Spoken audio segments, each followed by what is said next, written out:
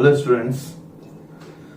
तो मैंने आपको अकाउंटिंग स्टैंडर्ड 13 की थ्योरी के बाद क्वेश्चन नंबर 1 अपने नोट्स में से डिटेल करवाया है, एक एक पॉइंट को एक्सप्लेन करते हुए।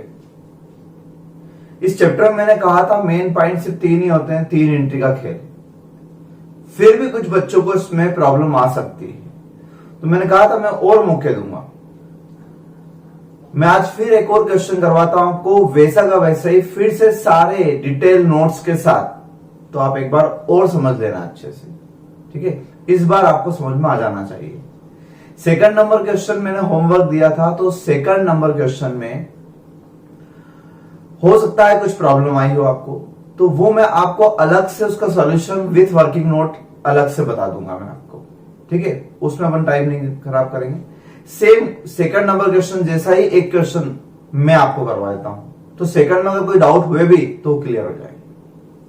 तो आते हैं नोट्स में थर्ड नंबर क्वेश्चन पर, भगवान लिमिटेड वाला क्वेश्चन। भगवान limited held on 1 April 2003 ₹2 lakh of 9% government loan 2003 at ₹1,90,000, face value of loan 100 each। तो भगवान लिमिटेड हेल्ड ऐसा लिखा है, इसका मतलब भगवान लिमिटेड के पास ऑलरेडी इन्वेस्टमेंट का बैलेंस था 1 अप्रैल को। तो यहां 2-3 बात क्लियर होती है। नंबर 1 तो भगवान लिमिटेड इन्वेस्टर हुए, उन्होंने क्या इन्वेस्टमेंट किया है, तो गवर्नमेंट सिक्योरिटीज में। गवर्नमेंट सिक्योरिटीज को गवर्नमेंट लोन भी बोल सकते हैं, गवर्नमेंट बॉन्ड्स भी होते हैं। तो गवर्नमेंट लोन 2003 मतलब 2003 सीरीज वाले गवर्नमेंट लोन, उसमें भगवान लिमिटेड ने इन्वेस्टमेंट किया है, ठीक है। और 1 अप्रैल 2003 को इनके पास हेल्ड वर्ड लिखा है, परचेज नहीं, it means already opening balance है। तो सबसे पहला तो यहां पर हम ओपनिंग बैलेंस लिख देंगे, investment account for the year. अच्छा, इस बार एक और बात, ईयर मैंने आपसे कहा था कि ईयर हमेशा इन्वेस्टर के हिसाब से होगा। तो जब लिखा हुआ हेल्ड ऑन 1 अप्रैल 2003, इसका मतलब फाइनेंशियल ईयर है। इनका ईयर कौन सा होगा, financial year. Start from 1 April 2003 to 31 March 2004, ये फाइनेंशियल ईयर है इनका। तो for the year ended on 31 March 2004, और हेडिंग में लिख देना in the books of Bhagwan limited investor. Opening balance से शुरुआत करते हैं 2003 1 अप्रैल to balance brought down. Number of debentures amount वगैरह देखते हैं, तो क्या लिखा है, of 2 lakh 9% government loan eight 190, यानी फेस वैल्यू उसकी 2 लाख थी, लेकिन एक्चुअल अमाउंट कितना है, 1,90,000। तो 1,90,000 यहां लिख देंगे हम, वैल्यूएशन दिया हुआ है, ठीक है। और यहां पर मैंने पिछले क्वेश्चन में आपको नंबर ऑफ डिवेंचर लिखना सिखाया। 100 रुपए का एक मानते हैं जनरली, यहां पे भी लिखा हुआ 100 ईच, यहां पे भी आप वैसे ही कर सकते हो। लेकिन ये वाला क्वेश्चन में मैं आपको फेस वैल्यू लिखना सिखा देता हूं, कि अगर यहां पर फेस वैल्यू भी लिख सकते हैं आप चाहें तो हम यहां पर उसकी फेस वैल्यू लिखते हैं, ठीक है, रुपीज। तो ये भी रुपीज में आ जाएगी, यानी ये एक्चुअली है कितने की, ये है आपके 2 लाख रुपए की। कितने के ये 2 लाख के हैं। तो ऐसे ओपनिंग बैलेंस से शुरुआत कीजिए आप। फिर लिखा 3 months interest had accrued on the about date. 3 months interest accrued, ये लिख दिया तो और क्लियर हो गई कि ओपनिंग में अक्रूड है, अक्रूड इंटरेस्ट। नहीं लिखा होता तो भी मैंने आपको पिछले क्वेश्चन बताया था कि कैसे अक्रूड निकालना। एक बार और समझते हैं, और यही डाउट आया होगा सेकंड नंबर क्वेश्चन में। तो कैसे निकालते हैं, पहले क्वेश्चन एक बार पढ़ते हैं। On 31 May 2003 the company purchase the same government loan of the face value of 80,000 at 95 net cum interest. Purchase की एंट्री है 31 मई को, मई में परचेज की एंट्री है, तो 31 मई को, 31 मई ये परचेज की एंट्री रहेगी। 1 जून 2003 60,000 face value loan was sold, बेच दिए 1 जून को। 1 जून को सोल्ड, बेचने की एंट्री होगी। Interest on the loan was paid each year on 30 June and 31 December and was credited by the bank on the same date. यानी कंपनी आपको 6 महीने में इंटरेस्ट देती है, और कंपनी का 6 महीने कब होते हैं? जून में और दिसंबर में। Means company follows calendar year and भगवान दास इन्वेस्टर फॉलो फाइनेंशियल ईयर। तो 30 जून और 31 दिसंबर, तो इसके बाद आ जाएगा 30 जून। 30 जून को मैंने कहा था ऐसा लिख दिया करना, और 31 दिसंबर भी इधर, 31 दिसंबर। ये दो ड्यू डेट है आपके पास, इस तरह से लिखा हुआ है, मतलब समझ जाए आपकी ये ड्यू डेट है। ये जो है वो ड्यू डेट है, ड्यू डेट ऑफ इंटरेस्ट। आगे होता है on 30 November 40,000 face value loan was sold. 30 नवंबर को, 30 नवंबर यानी इस तरफ लिख लेते हैं, 30 नवंबर सोल्ड, बेचने की entry. 1 December the company purchase the same loan. 1 दिसंबर को फिर खरीद भी लिए, 1 दिसंबर परचेज की एंट्री लिए। और 1 मार्च द कंपनी सोल्ड। 1 मार्च, 1 मार्च को कंपनी ने बेचे भी है। तो मैंने आपको बताया था कि इस तरीके से आप क्वेश्चन पढ़ते समय ही एक टाइम स्केल डायग्राम टाइप बना ले ईयर वाइज, लेकिन ईयर सही लिखना। इस बार फाइनेंशियल ईयर है, क्योंकि भगवान दास के यहां पर ओपनिंग बैलेंस दिया हुआ है स्टार्टिंग में।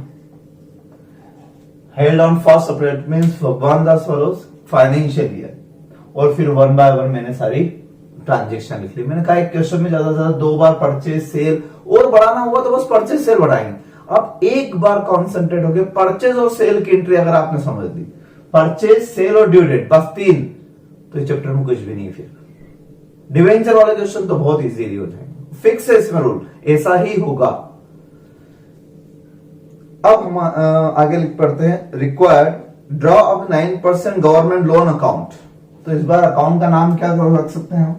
इन्वेस्टमेंट अकाउंट जो है 9% गवर्नमेंट लोन इन्वेस्टमेंट अकाउंट,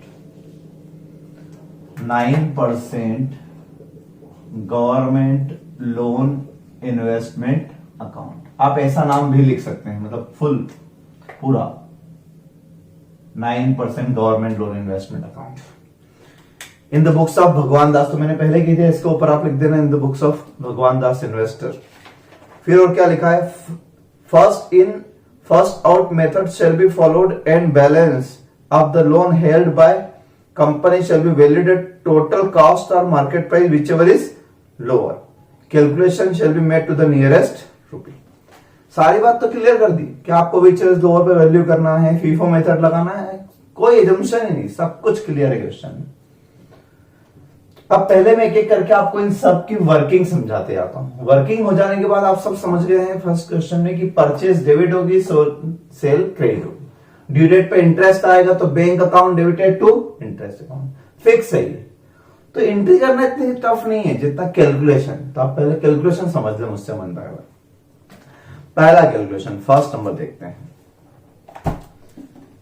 क्या तरीका बताया था मैंने आपको कि 1-2 परचेस के ट्रांजेक्शन। तो परचेस के ट्रांजेक्शन के लिए आप टेबल बना लेना, ठीक है। मैं यहां अलग अलग बताता हूं क्योंकि ये बार बार मिटाना पड़ेगा अदरवाइज।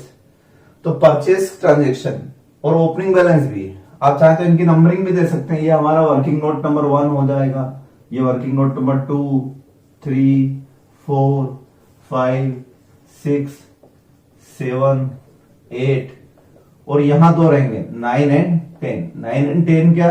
एक तो अक्रूड इंटरेस्ट रहेगा और एक क्लोजिंग बैलेंस रहेगा। अक्रूड इंटरेस्ट क्यों? क्योंकि जब आपकी ईयर एंडिंग डेट और ड्यू डेट अलग अलग हो तो समझ जाना आपको इस बीच में 3 महीने का गैप निश्चित मिलेगा, तो वो अक्रूड इंटरेस्ट आएगा, ठीक। अब हम पहला ट्रांजेक्शन पढ़ते हैं। ऑन 31 में द कंपनी, नहीं पहले इसका अक्रूड इंटरेस्ट भी बताया था मैं आपको कि आपके पास 2 लाख रुपए के लोन थे। इस पे पिछली बार इंटरेस्ट कब मिला होगा? लास्ट ईयर भी वही दिसंबर में मिला होगा। तो जनवरी, फरवरी और मार्च 3 महीने का इस पे अक्रूड बट नॉट रिसीव्ड, क्योंकि अक्रूड हुआ होगा टाइम के हिसाब से, लेकिन ड्यू तो यहां होगा ना, 6 महीने में मिलता है ना, 3 महीने में मिलता ही नहीं। तो इंटरेस्ट अक्रूड यहां हुआ होगा आपका कितना, इस 2 लाख रुपए पर 9% से और 3 महीने का, मंथ भी फिक्स है 3 महीने, क्योंकि लास्ट ईयर दिसंबर में मिला होगा लास्ट ईयर, तो जनवरी फरवरी मार्च, तो 2 लाख रुपए पे 9% से 3 महीने का opening accrued interest. Accrued interest निकाल लेते हैं, ये कितना आ जाएगा ओपनिंग अक्रूड इंटरेस्ट 3 महीने का, 4,500। ठीक है, तो ओपनिंग की शुरुआत ऐसे किया करो, ऐसे कैसे क्लोजिंग का भी करूंगा मैं, ध्यान रखना। इसको आप अलग से भी लिख सकते हो नीचे, ओपनिंग अक्रूड इंटरेस्ट, और ऐसा भी लिख सकते हो, कोई प्रॉब्लम नहीं। अब आते हैं 31 मई परचेज में कितना भाई, ऑन 31st में company purchase the same loan having a face value of 80,000 at 95 a cum interest, at 95 per come interest के रेट से इसने किया। तो यहां पर हम 31st में टू बैंक 80,000 रुपए के फेस वैल्यू वाले लिए। अब कितने में लिए और कितना इंटरेस्ट, बस ये कैलकुलेशन में रहता है। तो परचेज पे ये एंट्री रहती है, ये वाली परचेज, ये वाली परचेज। सेल पर इस तरफ ऐसे बाय बैंक आ जाता है, कितने डिबेंचर्स बेचे, कितनी फेस वैल्यू की बेचे, इंटरेस्ट था उसमें, यदि हाँ तो इसमें लिखेंगे और अमाउंट, बस। तो ये फिगर निकालना, और बहुत आसान सी बात बताता हूं मैं आपको, 95 के रेट से खरीदा तो क्या हो जाएगा अमाउंट आपका हो जाएगा, यहीं पर कैलकुलेशन कर देता हूं मैं, 95 इंटू 80,000 डिवाइडेड बाय 100, यानी 800 डिवेंचर्स थे 95 के रेट से खरीदे। कितने डिवेंचर्स थे, 800 डिवेंचर्स थे 95 के रेट से अगर हम खरीदेंगे तो ये हो जाएंगे आपके 95 इंटू 800, 95 इंटू 800, 76,000। कितने हो गए, 76,000। प्लस क्या करते हैं, हमेशा याद रखो, एक्सपेंसेस, ब्रोकरेज वगैरह। तो क्वेश्चन अच्छे से पढ़ा करो स्टार्टिंग से एंड तक। इस लाइन में तो कहीं नहीं लिखा, लेकिन कभी कभी लास्ट में जाके लिख देते हैं, वो लास्ट में भी नहीं लिखा हुआ है, वरना कभी कभी लास्ट में लिख देते हैं वो कि on all transactions brokerage so and so %, जैसे आपने सेकंड नंबर क्वेश्चन में किया हुआ। अब अगर आपने पूरा क्वेश्चन पढ़ा नहीं और उससे पहले सॉल्यूशन स्टार्ट कर दिया तो गलत हो जाएगा, इसलिए पहले पूरा क्वेश्चन पढ़ते आया करो, फिर 1 बाय 1 सॉल्यूशन करेंगे। तो 76,000 प्लस एक्सपेंडिचर 0, लेकिन क्या ये कम इंटरेस्ट है, यस ये कम इंटरेस्ट है, तो मुझे इसमें से क्या माइनस करना पड़ेगा, इंटरेस्ट माइनस करना पड़ेगा। अब जिन लोग को इंटरेस्ट समझ में नहीं आया वो लोग समझ लें, number 1, interest always face value पे निकलता है, कॉस्ट प्राइस पर नहीं। आपने 100 की चीज 95 में खरीदी, लेकिन हम 100 पर ही निकालेंगे, मीन्स 80,000 पे निकालेंगे एक बार। परसेंट फिक्स रहेंगे 9% क्वेश्चन में। अब मंथ ढंग से देखना, और एक ही रूल बता रहा हूं, सोचो एक रूल तो याद रख सकते हो, परचेज पे, सेल पे, कम इंटरेस्ट पे, एक्स इंटरेस्ट पे, सभी पे मैं एक ही रूल बता रहा हूं, from last due date to the date of purchase और सेल।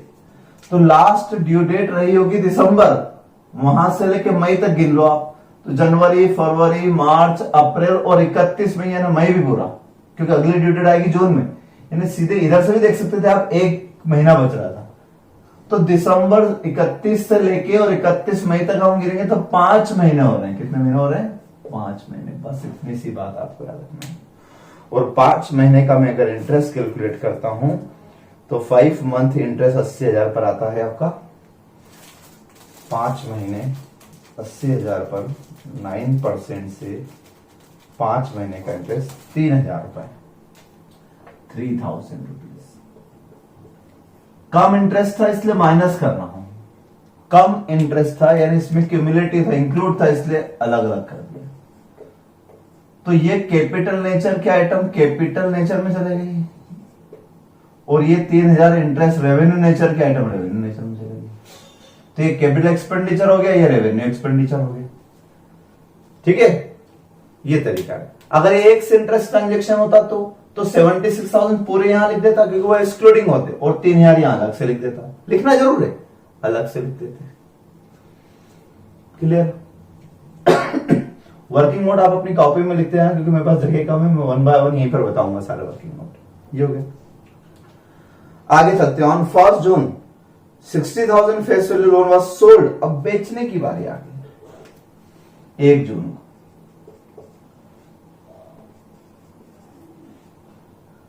ठीक है, 1 जून को आपने बेच दिए तो भी एंट्री हुई होती है। अब कितने की फेस वैल्यू वाले बेचे? 60,000, 60,000 रुपए @94 @94। ये मिटा दो।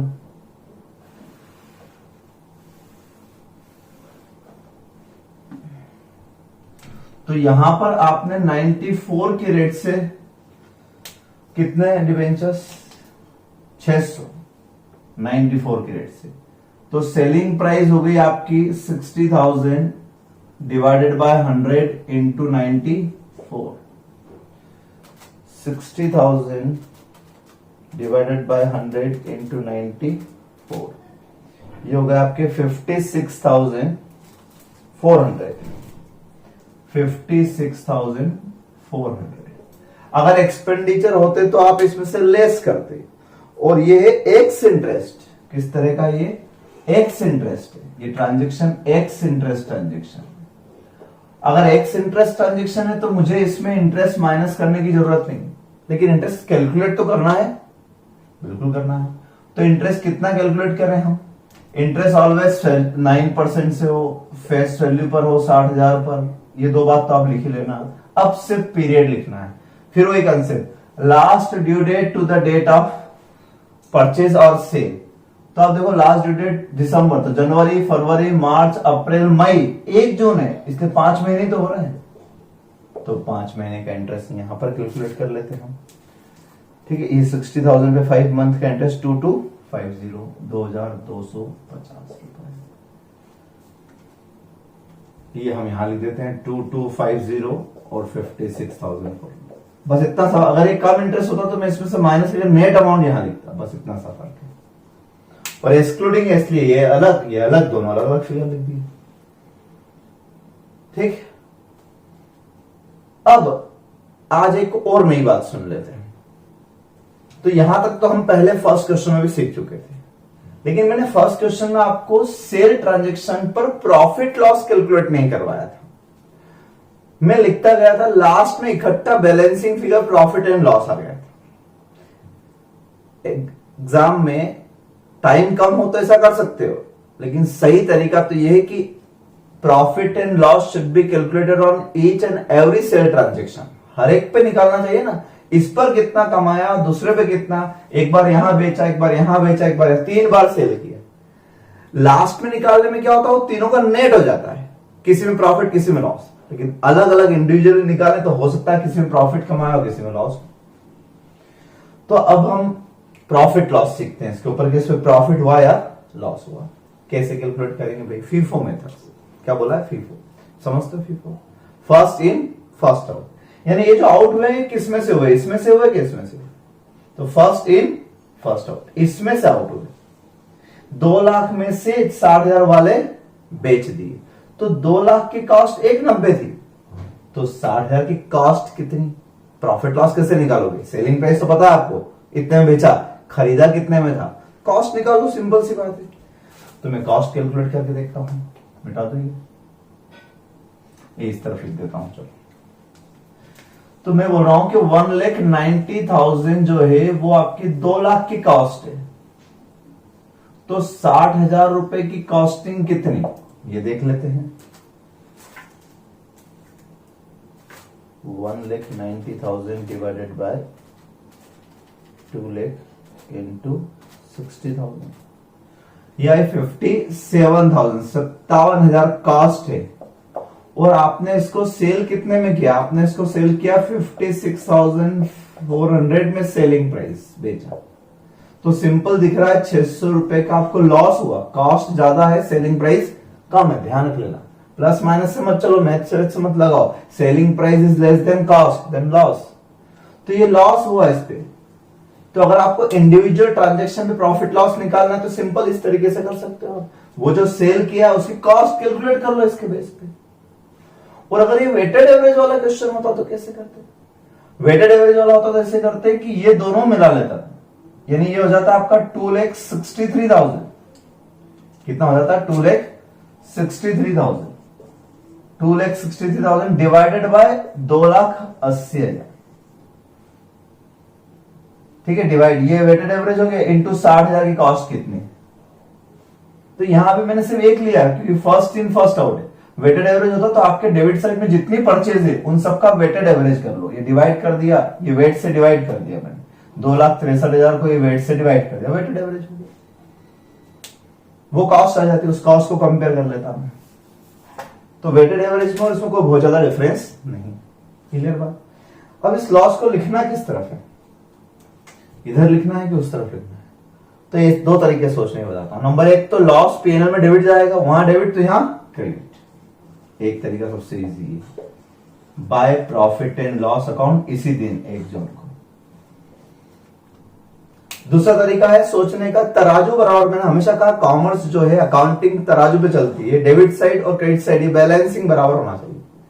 आपके डेबिट साइड में इसकी कॉस्टिंग कितनी है, इसमें 57,000 है ना डेबिट में, और क्रेडिट में कितने थे 56,400। तराजू बराबर करने के लिए मुझे 600 इधर और लिखना पड़ेगा ना, तो तराजू बराबर हो जाएगा। यानी इसका हिसाब पूरी तरह से खत्म, 60,000 डेबिट भी खत्म, 60,000 क्रेडिट भी खत्म, पूरा खत्म। तो जितने से डेबिट था उतने से क्रेडिट करके और हिसाब खत्म, यानी अब उसका कोई बैलेंस नहीं बचा। ये तरीका है। तो सबसे बड़ा तरीका तो ये है कि आप ऐसे पहचान लें या ऐसे समझ लें कि हमें लॉस कहां ट्रांसफर करना है, प्रॉफिट एंड लॉस में डेबिट, तो वहां डेबिट यहां क्रेडिट, और प्रॉफिट होता तो वहां क्रेडिट यहां डेबिट। चलिए आगे चलते हैं। आगे हमारे आगे ड्यू डेट 30 जून। 30 जून को ड्यू डेट आ गई। ड्यू डेट पे मैंने कहा बहुत इजी। ड्यू डेट पर तो आप क्या करेंगे, बाय बैंक। ड्यू डेट पे आप ज्यादा झंझट नहीं करते हुए, ड्यू डेट के दिन आप देख लो आपके पास होल्डिंग कितनी है, 280 माइनस 60, 2,20,000 रुपए के लोन है, 9%। और यहां तो मंथ भी गिनना नहीं है, ड्यू डेट पे ऑलवेज कितने महीने का निकाल देना, 6 महीने। सोचना मत कि 6 महीने पिछले साल क्या है, 3 महीने का उसको दे तो दिया हमने इंटरेस्ट, तो ऑटोमेटिक वो बैलेंस सब बराबर आएगा। आपको सोचना नहीं, ड्यू डेट पे आप तो amount balancing figure face value कितनी है आपके पास, उस पर 9% और 6 महीने का, तो ये हो जाएगा आपका 9,900, 2,20,000 पे 9,900 ये इंटरेस्ट हो गया आपका। क्लियर? 4th नंबर वर्किंग हो गई अपनी। अब आते हैं, फिर से बेचना है 30 जनवरी को। 30 जनवरी डेट शायद मैंने लिखी है गलती, कितने हजार नहीं, 30 नवंबर है, सॉरी नवंबर है ये, 30 नवंबर को। 30 नवंबर को बेचने की एंट्री करते हैं, तो अगेन बेचने की एंट्री क्या होगी, बाय बैंक। कितने के बेचे 30 नवंबर को, 40,000 फेस वैल्यू वाले बेचे, 40,000 के फेस वैल्यू वाले बेच दिए। Sold at 97 net cum interest, 97 come interest.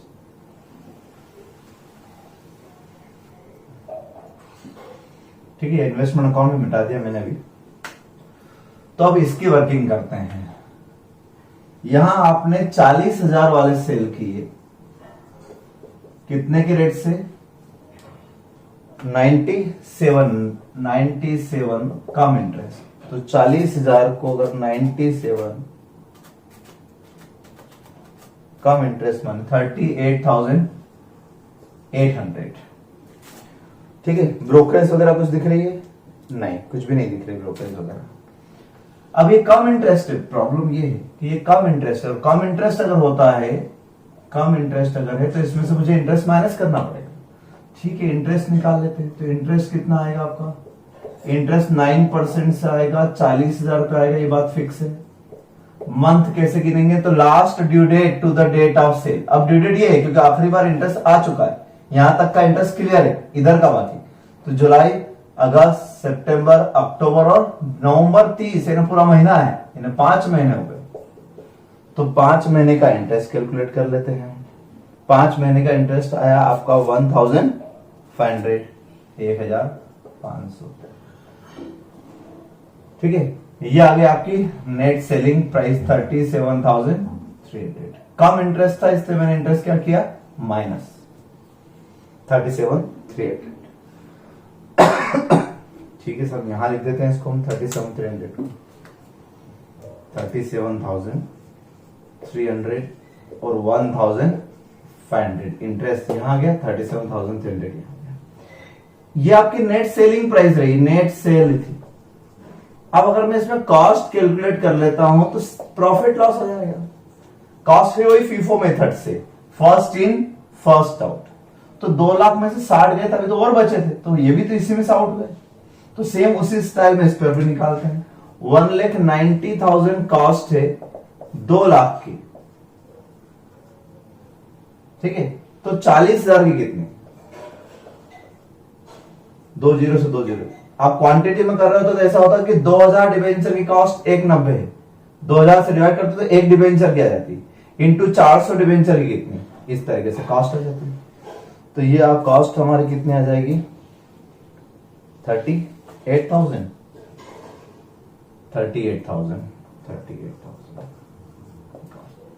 38,000 की कॉस्टिंग वाली चीज हमने 37,300 में बेची। आप इसको इसी के नीचे लिख देना, तो वही प्रॉफिट लॉस निकाल लेना। तो 38,000 यही लिख लोगे अगर आप, तो 37,300 में सेल किया और कॉस्ट 38, फिर से लॉस हो गया। तो लॉस हो गया तो अगेन कहा जाएगा by profit and loss account. Profit and loss account में कितना लॉस जाएगा आपका, 700। फिर देख लो तराजू बराबर हो गया, उधर कॉस्ट 38,000 है, इसमें 38 डेबिट है, 38 क्रेडिट, हिसाब क्लियर, ठीक है। फिर आते हैं हम 1 दिसंबर। अब परचेज का ट्रांजेक्शन 1 दिसंबर को टू बैंक। इस बार कितना परचेज किया, 1 दिसंबर को हमने company purchase the same loan 10,000 x interest, 10,000 के, सिर्फ 10,000 के, वो भी एक्स इंटरेस्ट है। कितने के रेट से, 10,000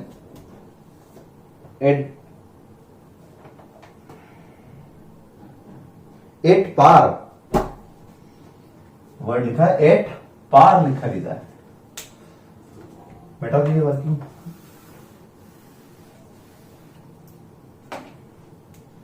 मैंने पहले कहा, आप एक पेज पर ये लाइन वगैरह खींच के रख लीजिए करें, और दूसरे पेज पर आप ये वर्किंग नोट, तो आप जैसा मैं कर रहा हूं एक एक नोट्स बनाते गए, फिर एंट्री भी करते गए, फिर नोट बनाते गए, फिर ऐसा भी कर सकते हो, ठीक है ना। आप चाहो तो पहले वर्किंग नोट सारे बना लो, फिर यहां एंट्री करो, या 1 बाय 1। तो यहां परचेज की एंट्री करते हैं। अब 10,008 पार है, 10,000 का 10,000 में आएगा, और एक्स इंटरेस्ट है, इसलिए इंटरेस्ट अलग से कैलकुलेट होगा।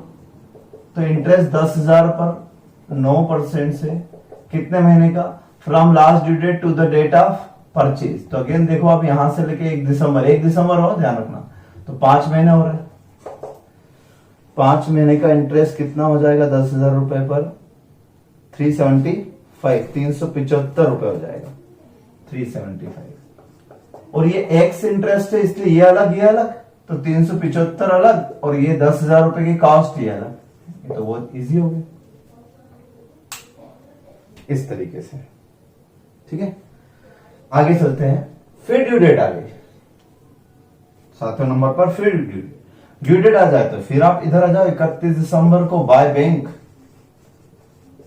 और ड्यू डेट पर तो आपको कुछ नहीं करना है, ड्यू डेट पे आपके पास जितनी होल्डिंग हो उस पर 9% से 6 महीने का निकालना है। अब यहां मंथ भी तय रहते हैं, 6 महीने, परसेंट तय है 9 में। आपको सिर्फ ये देखना बैलेंस कितना है, तो 2,80,000 और 10,000 में 2,90,000 डेबिट में, 290 में से 1 लाख के डिवेंचर हम बेच चुके हैं, ठीक है। तो आपके पास बचे कितने, 1,90,000, 1,90,000। तो 1,90,000 पर 6 महीने का इंटरेस्ट अपना हो जाएगा 8,550, 8,550, ये लिख दिया मैंने, ठीक। यहां तक भी अगर फटाफट से 1 मार्च को फिर एंट्री कर देते हैं बाय बैंक। अब मैं आपको बार बार सेल की एंट्री बता चुका हूं 2-3 बार, तो एक ही क्वेश्चन में आपको कितनी बार सीखने को मिल चुका है, कितनी बार बता दी मैंने। पहले सेल की एंट्री यहां बताई, फिर यहां बताई, फिर से एक बार और सुन लो। 1 मार्च को company 10,000 face value of loan eight 95 x interest, इस बार कितने में बेचे 95 एक्स इंटरेस्ट, तो 95 तो हो गई सेलिंग प्राइस। एक्सपेंडिचर होता तो माइनस करता, कुछ भी नहीं है। और एक्स इंटरेस्ट है इसका, तो ये अलग और इंटरेस्ट अलग। तो इंटरेस्ट हम कैलकुलेट कर लेंगे 9% से। फेस वैल्यू कितनी है इसकी, फेस वैल्यू सॉरी 9,500 बेचे, 10,000 ही फेस वैल्यू है। तो 10,000 रुपए की चीज 9% से, और कितने महीने का इंटरेस्ट निकालेंगे, तो इंटरेस्ट निकालेंगे last due date to the date of sale. अब जनवरी फरवरी 2 महीने दिख रहे हैं, देखो ध्यान से। तो 2 महीने का इंटरेस्ट हो जाएगा आपका 150 रुपए, ठीक है, 150 रुपए 2 महीने का इंटरेस्ट, 150 रुपए इंटरेस्ट। और एक्स इंटरेस्ट के इसलिए प्रॉब्लम ही नहीं है, 9,500 अलग लिखूंगा, ये अलग लिखूंगा। तो 10,000 रुपए के डिवेंचर्स बेचे, जिसमें 150 रुपए के और 9,500 सेलिंग प्राइस के, 150 इंटरेस्ट के, फेस वैल्यू हुई 10,000। अगेन इस पे प्रॉफिट लॉस निकालना है, तो फिर वही concept FIFO method, first in first out. अभी भी इसी में से बेचे होंगे क्योंकि अभी खत्म कहां हो गए, तो सेम वही लॉजिक वापस यहां लगा देते हैं। यानी इसकी कॉस्ट कितनी थी, तो 1,90,000 कॉस्ट थी आपकी 2 लाख पे, तो 10,000 पर कितनी, 10,000 पर कितनी थी ये निकाल लेते हैं। 1,90,000 divided by 2 lakh into 9,500, cost भी 9,500, सेलिंग प्राइस भी 9,500। ये और पार्ट इसके नीचे लिखा करो तो आपको इजी रहेगा कि सेलिंग प्राइस इतनी है, कॉस्ट इतनी, वहीं की वहीं। तो no profit no loss, no profit no loss, ना कोई प्रॉफिट हुआ ना लॉस हुआ, ठीक है, नो प्रॉफिट नो लॉस। क्योंकि 9,500 की कॉस्टिंग आ रही है, एवरेज कॉस्ट, और 9,500 में ही बेचा, तो नो प्रॉफिट नो लॉस, यानी डेबिट क्रेडिट तराजू बराबर है अपना। क्लियर, चलिए और आगे चलते हैं, यहां तक भी आ गए। अब अक्रूड इंटरेस्ट की बात कर लेते हैं, क्लोजिंग बैलेंस मतलब। तो पहले इंटरेस्ट की बात करता हूं। 31 मार्च के दिन आपके पास अक्रूड इंटरेस्ट क्लोजिंग कितना रहेगा, तो यहां मैंने वही तरीका बताया सेम, जैसे हम ड्यू डेट पे इंटरेस्ट निकालते हैं बाय बैंक, बस यहां बाय बैंक ना लिखते हो, बाय अक्रूड इंटरेस्ट लिखो। तो परसेंट फिक्स रहेंगे, परसेंट 9% रहेंगे, मंथ 3 महीने रहेंगे, ये भी कंफर्म है। कौन से 3, जनवरी फरवरी और मार्च। अब कितने अमाउंट पे निकलेगा, तो अमाउंट डिपेंड करेगा आपके पास बैलेंस है कितना। अक्रूड किस पे होगा, क्लोजिंग बैलेंस पे, जो बचा है। तो 2,90,000 में से मैं 1,10,000 तो बेच चुका हूं, तो अब बचे 1,80,000। 1,80,000 पर 3 महीने का हो जाएगा आपका 4050, ये अक्रूड इंटरेस्ट होगा। ये अक्रूड इंटरेस्ट 4050 यहां लिख देता हूं, ठीक, क्लियर है यहां तक सब कुछ। ये सारे पॉइंट मिटा दूं मैं।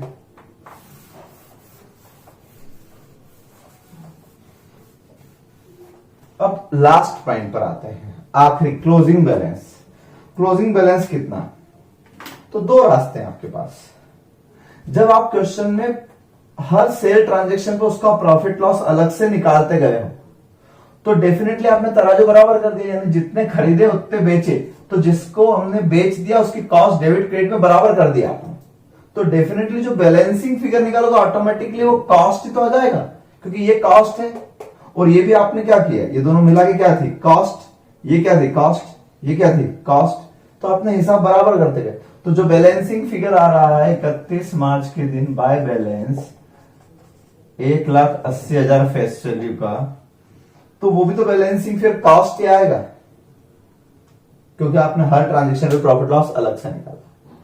और अगर आप प्रॉफिट लॉस अलग अलग नहीं निकालते, जैसे हमने फर्स्ट क्वेश्चन में किया था, प्रॉफिट लॉस हर जगह छोड़ते गए हम, तो फिर कॉस्ट हमको कैलकुलेट करना पड़ेगी। कर लेते हैं ना, कैसे करेंगे, फीफो मेथड है।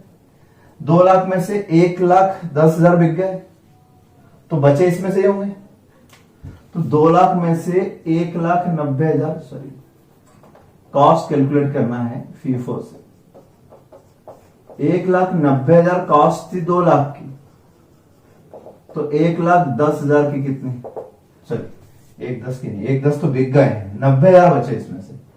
90,000 की कॉस्ट कितनी, तो इस 2 लाख में से ये बिक गए, तो बचे कितने, 90, 80 ये पूरे बचे हैं। फीफो मेथड में फर्स्ट इन फर्स्ट आउट हुआ, ये पूरे बचे तो इस 80,000 की तो पूरी की पूरी कॉस्टिंग एज इट इज ले लेता हूं मैं 73,000। ये 10,000 भी एज इट इज बचे हैं तो 10,000 की कॉस्ट 10,000 लेता हूं। तो फर्स्ट आउट में ऐसा होता है। और वेटेड एवरेज होता तो ज्यादा इजी था। वेटेड एवरेज में तीनों को जोड़ता, इन तीनों से डिवाइड कर देता, पर डिवेंचर कॉस्ट आ जाती है इंटू 1,80,000, तो 1,80,000 की कॉस्ट आती है एवरेज कॉस्ट, ज्यादा इजी थी। तो फीफो में आपको याद रखना पड़ेगा कि इसमें से आउट हुआ तो ये, अगर इसमें से आउट होता तो इसमें से माइनस कर देता मैं। तो 190 में से आपने 90,000 की चीजें 1,10,000 की बेच दी, 90 की बची है। 90 की कॉस्टिंग निकालता हूं मैं, 1,90,000 डिवाइडेड बाय 2 लाख इंटू 90,000, तो इसकी कॉस्ट बची आपकी 85,500। ठीक है, टोटल मिला के हो गए आपके 1,68,500। ये आपकी कॉस्ट आई। इसको कंपेयर किससे करने के लिए बोला है? फेयर वैल्यू से। फेयर वैल्यू कितनी दी है क्वेश्चन में? मार्केट वैल्यू इज ऑन 31 मार्च और 96 के रेट से, 96 के रेट से। तो 1,80,000 के डिवेंचर है मेरे पास, 1,80,000 के डिवेंचर 100 रुपए का एक, यानी 1,800 डिवेंचर 96 के रेट से, 1,800 डिवेंचर 96 के रेट से 1,72,800, विच एवर इज लोअर। तो लोअर यही आ रहा है ना कॉस्ट, तो कॉस्ट लिख देता हूं 1,68,000। ठीक, ये आता तो ये लिख देता। ठीक है, और अब लास्ट में जब आप पूरा अकाउंट कंप्लीट हो जाएगा तो अब आप अकाउंटिंग क्लोज कैसे करते हैं? तो इंटरेस्ट वाला कॉलम तो हमेशा कैसे क्लोज होता है? 31 मार्च के दिन ये तो ऑलवेज कहां जाएगा? प्रॉफिट एंड लॉस अकाउंट में। प्रॉफिट एंड लॉस 18,525, 18,525 ये तो ऑलवेज जाएगा, इसका तो कोई डाउट ही नहीं, क्लोज हो गया। टोटल मिला के 2,90,000 रुपए की कॉस्टिंग इधर थी, 2,90,000 फेस वैल्यू इस तरफ थी, ये भी क्लियर है। अब इस अकाउंट में बैलेंस इस क्वेश्चन में नहीं आया क्योंकि हमने प्रॉफिट पहले ही निकाल लिया। अगर प्रॉफिट पहले नहीं निकालते तो जो बैलेंसिंग फिगर आता वो भी कहा जाता प्रॉफिट एंड लॉस में, या तो इस तरफ या इस तरफ। तो अगर मैंने इस क्वेश्चन में ये नहीं लिखा होता तो अभी आपका बैलेंसिंग फिगर आता 600 और 700, 1,300 रुपए का बैलेंस आता। 1,300 रुपए आप लिख देते by profit and loss account. ये है वही ओवरऑल क्वेश्चन आपका। तो इस तरीके से आपको पूरा कंप्लीट करना है। मैंने आपको थर्ड क्वेश्चन अच्छे से पूरा डिटेल एक एक, और मैं बार बार बोल रहा हूं एक ही बात, आप परचेस की एंट्री सीख लो, सेल की एंट्री सीख लो, ड्यू डेट पे इंटरेस्ट की एंट्री सीख लो। पहला क्वेश्चन भी वही है, सेकंड भी वही है, थर्ड भी वही है, फोर्थ होमवर्क नहीं है अभी। अब होमवर्क है फिफ्थ, 5वां क्वेश्चन नोट्स में। अभी स्टडी मटेरियल पर मत जाना, पहले नोट्स के क्वेश्चन करवाऊंगा, फिर ऐसे में थोड़ा अलग क्वेश्चन है। तो पहले आप फर्स्ट क्वेश्चन अच्छे से करें, सेकंड अच्छे से करें। अगर सेकंड में डाउट आया था तो अब आपका डाउट क्लियर हो जाएगा, इस स्टाइल में करें। और फिर करें थर्ड नंबर, ये जो मैंने करवाया ये भी करें, फिर फिफ्थ नंबर पर आए। और मैं फिर बोल रहा हूं अगर वेटेड एवरेज होता तो कैसे करते इस क्वेश्चन में? अगर वेटेड एवरेज होता इस क्वेश्चन में तो हम क्लोजिंग बैलेंस कैसे निकाल लेते? हम इन तीनों को ऐड कर लेते। हमारे पास टोटल मिला के कॉस्ट कितनी आती? 190, 73,000, 10,000, टोटल मिला के 273। ये सब मिला के कितने हो गए? 2,73,000। इसमें कितने? 2,90,000, 2,90,000 के, इसका मतलब 2,900 डिवेंचर। कितने डिवेंचर हो गए? 100 रुपए का एक माने, तो ये एवरेज कॉस्ट आ जाएगी आपकी। और इंटू आप कितने से कर दोगे तो आपके पास कितने बचे हैं? अगर मान लो इसका कर रहे थे तो इसका कर देते 600 डिवेंचर का, ये होता तो ये होता तो ये, जिस जिसका भी होगा उस हिसाब से कर देंगे। तो यहां पर मेरे पास कितने बचे? 1,800 डिवेंचर बचे, 1,800 डिवेंचर से इंटू कर देता हूं, तो ये वेटेड एवरेज हो जाता है। फीफो में आपको अलग अलग लेना पड़ी कॉस्ट, और वेटेड एवरेज में आप इकट्ठी कॉस्ट ले लेते एक साथ, और इजी हो जाता है। एक कॉस्ट हो जाती है आपकी एवरेज, और फेयर वैल्यू से कंपेयर कर लेते हैं विच एवर इज दो, इस तरीके से हो जाता है। ठीक है,